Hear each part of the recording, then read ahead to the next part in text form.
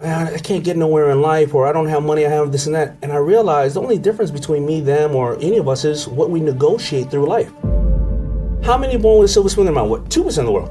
So the rest of us have gotten to a level of success or broken the cycle in our families, or even just become a better person by purely negotiating with themselves and then with others.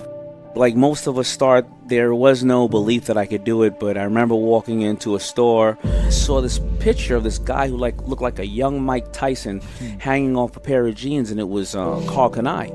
And then it just hit me. I thought prior to that, we always thought that you had to be from Italy and France to design. You had to be older and like a, the guys with the tape around their neck, the tailors, right? Sure. And so, or whatever the fashion designer had looked like.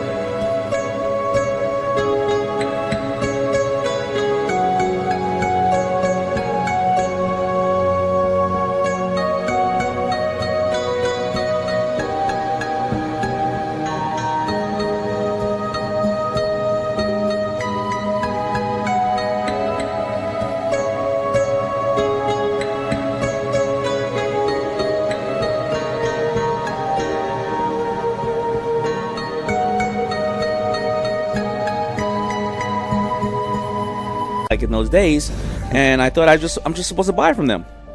When I saw that, I was like, wow, that's amazing. Okay, no problem. Then I'm watching a De La Soul video, I remember, and seeing them wearing these hats. It almost looked like a ski cap.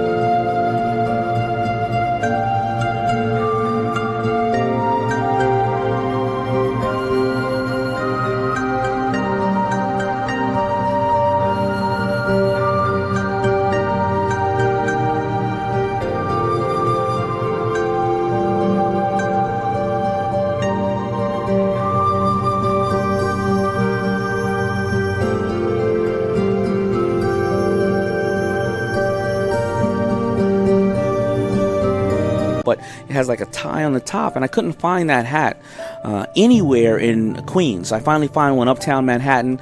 I pay for the hat. I come home. I show my mother. I said, "Look, Ma, go get $40 worth of fabric." I go to the store, get $40 worth of fabric. I come home. I give my mother the stuff to sew the hats, and she says, "I'm not sewing this. You're sewing this." I said, "Oh, crap, now I got to work at this." I sew the hats, and then all of a sudden, I have all these hats and only one head. So anyway, so that's when it happened. That's when I went out and sold those hats in the outside on that Good Friday, and I sold $800 worth of hats in 1 hour. Wow. And that's when it just snapped. I just said to myself, wait a minute. I made this with my own hands. I went and sold this to individuals, and nobody was in my way. I didn't have to get a check from a boss. Nobody told me when or to come to work or go to work. I can't get fired from this because of my color, creed, or whatever the case is. I'm responsible for what's happening here, and I will either fail because every decision I make, or I'll succeed because every decision I make. When you're working with the power of broke, it does a couple of things. Number one, it makes sure that you learn the process yourself. You can't afford to hire anybody else. So all those people out there who pay $40,000 for a website when it really costs $5, right? Or you can leverage it by bartering or something. Whatever the case is, right? So you have to learn the process. And what happens during that period of time of learning the process is that when and if and hopefully you get to the point that you are successful, nobody can tell you lies.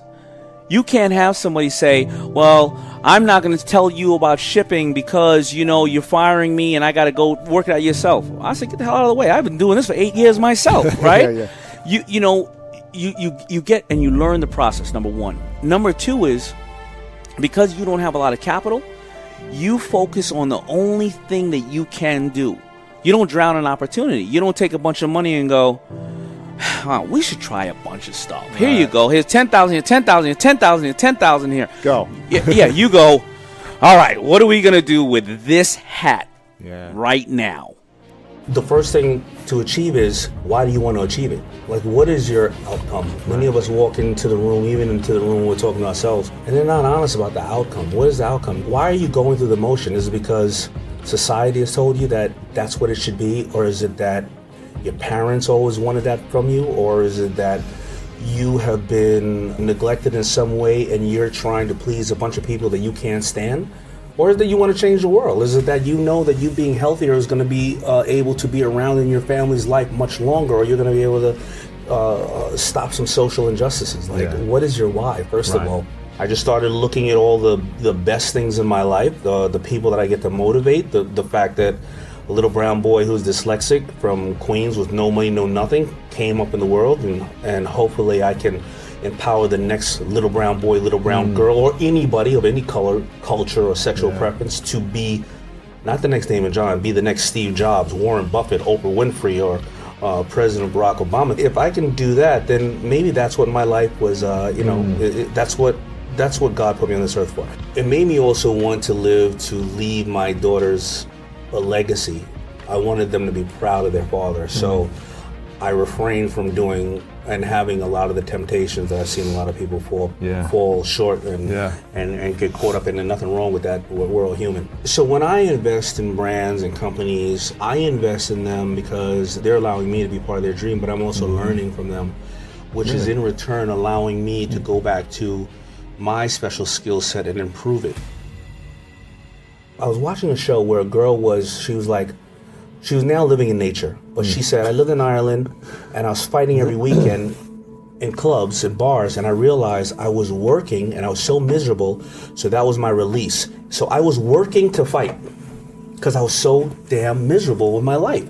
And then she started to find causes that she liked. She stayed at the job, but she would go home at night and put some time into causes that she liked, and she got able to get out of that circumstance and move to someplace else, and now she's doing what she loves. But people don't know their why. But people always say, well, I want to be a millionaire. Well, what are you going to do when you get $1 million? Right. What are you going to do with the money?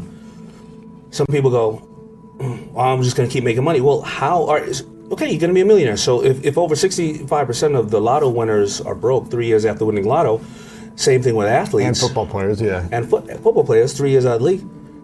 They didn't know their why. The football player knew his why, he knew his why of, I want to get that ball or run that play. I want to become part of a championship team. because I love it, or because it makes me fulfilled, or it's fun, or I love going to the gym. I'm there for competition. You know better than I do because obviously you are an athlete. If you don't know your why for $1 million, well, when you get the money, you're going to buy a Bugatti. You're going to buy 10 cars. But then you just have the Bugatti, right? So now what else you need, right? You're going to buy 10 cars.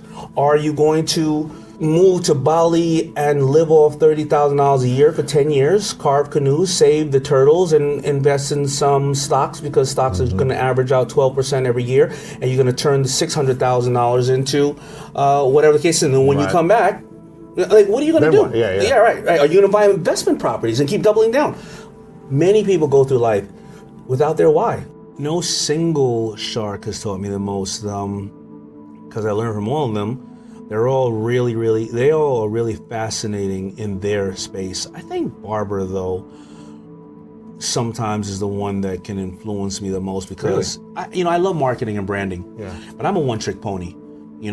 I'll get it on a celebrity, get it on a famous show, or get it on whatever the case is, and then I'll make inventory. Barbara will come with ideas out of nowhere. Just out. I mean, she pulls it out of the air, and they're brilliant ideas, and they're very rarely are they similar.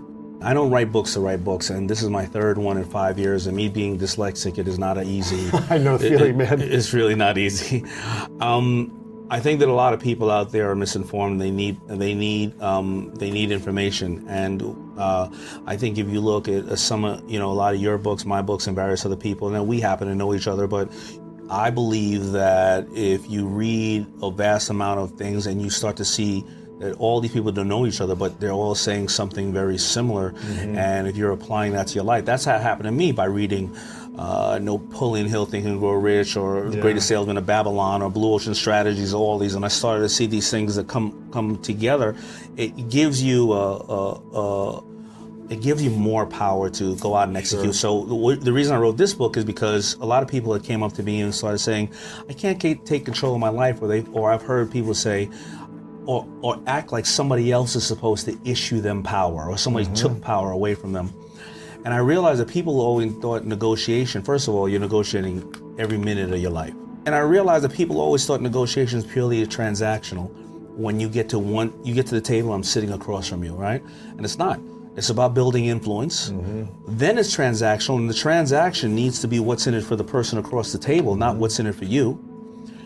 And then more importantly, it's developing that relationship and letting it grow over the course of time, and doing 10, 20, 30, 40 other deals, or having 10, 20, 30, 40 other people telling other people how great you are to do other deals. And people always thought that it was like that. So I ended up putting in the book. They say that the one who says the number first is the one that loses and things of that nature. I actually like the negotiation part of laying it on the table. Here's where I'm at with this. Here's what I seek. Here's what I want. Here's what I want, and here's what value that I could bring to you. And I think it just takes the question out of the room. You know. But what if you could have gotten more? Then you could have gotten more. But what if you say something to somebody? Well, we're not even in that ballpark. Right? You can always upsell. You can always say, here's where I would like to be, and then someone will say, and here's what I'm willing to give. And they'll be like, well, we want more than that. I'll be like, okay, but I gave you where I was at, but it cost me more. Right. It cost me more time, or energy, or product, or inventory, or whatever the case is, or relationships. You know. Yeah. What do they say? There's only 3 ways to deal with a customer: acquire a new one, upsell a current one, or make one buy more frequently. Imagine the greatest version of yourself walking towards you. What would he look like? What would his energy be? He would be kind, but informative, but also stern, and tell you when you're, when if you ask, or be very real with you about advice. I think I'm living the person that I want to be right now. I'm very happy with who I am. Yeah. So imagine it's your last day on earth many, many years from now. But you get to leave behind 3 things you know to be true from all the lessons you've learned that you would share with the rest of us here on earth. That I would leave with other people, that they have to constantly keep educating themselves. Number 2 is that they have to steal away time for themselves at any given moment, with themselves and with their family, because you never know when you're going to leave, or if somebody else is going to leave you. And number 3 would probably be just really learn as much as you can to forgive and to love.